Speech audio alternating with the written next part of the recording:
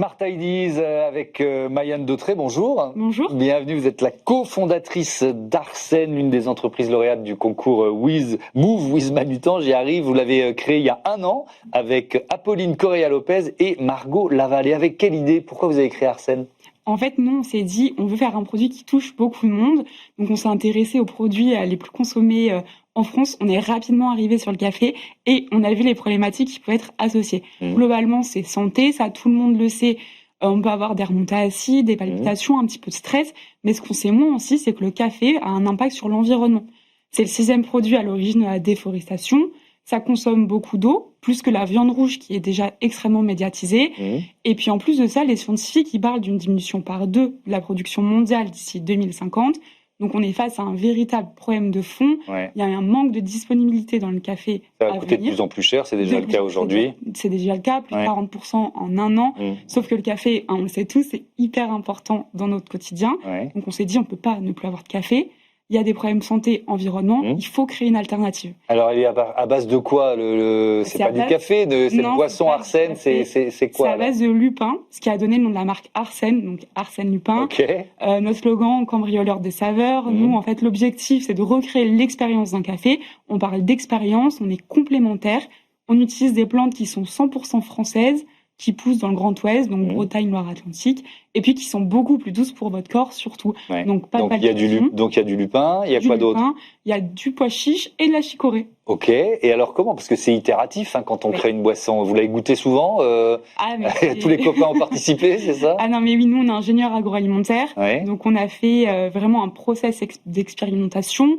On a testé toutes les matières premières françaises possibles, imaginables, le riz, les pâtes, le sarrasin, enfin bref.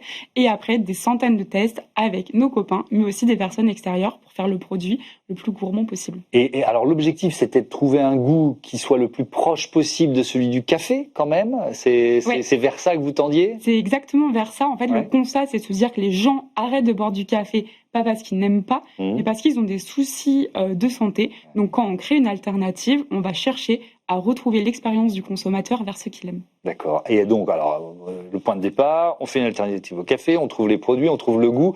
Ensuite, évidemment, quand on crée une start-up aujourd'hui, on cherche à limiter son impact carbone, son impact en eau, etc. Comment vous avez fait ça? Tout à fait. En fait, c'est l'ADN d'Arsène de faire un produit qui soit éco-responsable. Donc, dans le choix de nos matières premières, on s'est sourcé sur des choses qui sont 100% françaises. C'est des légumineuses. Donc, je sais pas si vous savez, mais les légumineuses sont hyper positives pour le sol.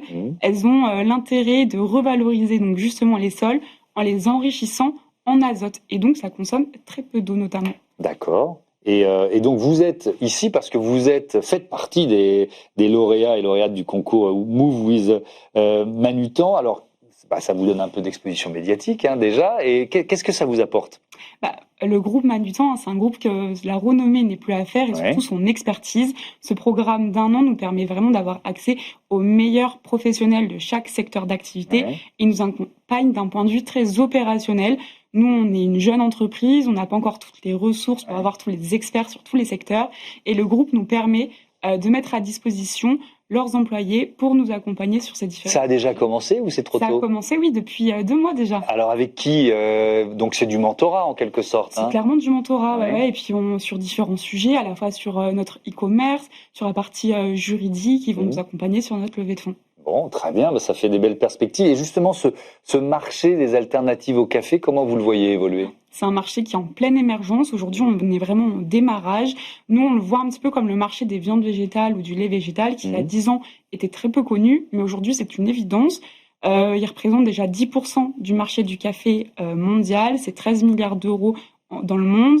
Donc, il y a un véritable potentiel de croissance. Aujourd'hui, très peu de marques sont positionnées sur ce créneau d'activité. Donc, il y a tout à faire et plein de place à prendre. Tiens, en vous écoutant, viande végétale, lait végétal, sauf que, est-ce que vous avez le droit de dire café? Non.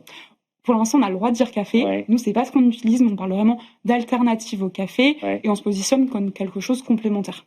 D'accord, très bien. Merci beaucoup, Mayanne Dautré. Et bon vent à Arsène. Je vous dis à très bientôt sur notre antenne. Merci à toutes et à tous de votre fidélité. À très vite. Salut.